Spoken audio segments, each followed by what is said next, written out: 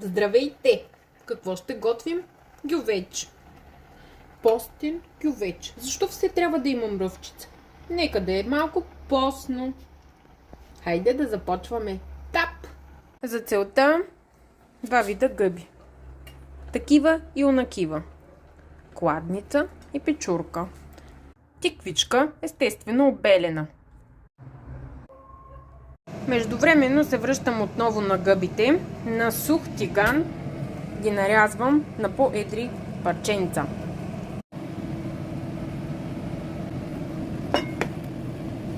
Ето защо на сух тиган те си пускат водичка. И сега като изври водичката, там е тънката нишка, в която трябва да се запази сочността на самата гъба. Да. Сега започвам малко картофче ще сложа, лук, чесънче и такива работи. Ето, добавих и другото нещичко, което пуска доста водичка, а именно лучецът, старият лук. Така, вижте каква хубава водичка е пуснал. Така, сега ще добавя и кое? Морковчето, после кое? Картофчето. И накрая чушката, тиквичката, чесънчето и ще измислим още какво. Ето го и картофа. Тук мога да отбележа, че ако отслабвате, не е благоприятно да слагате картофа. И някои хора заместват картофа с ориз. Въпрос на предпочитание. Ето го и чесънчето.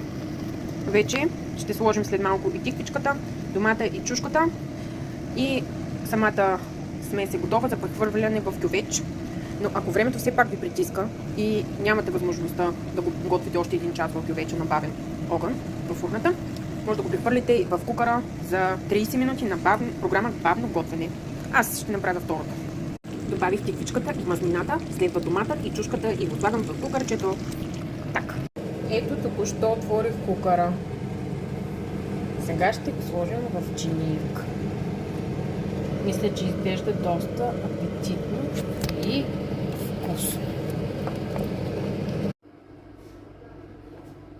Апетитът идва с яденето. Може да си го отопите и с хлебче. За тези, които не се чувстват дебели. За останалите просто гледат.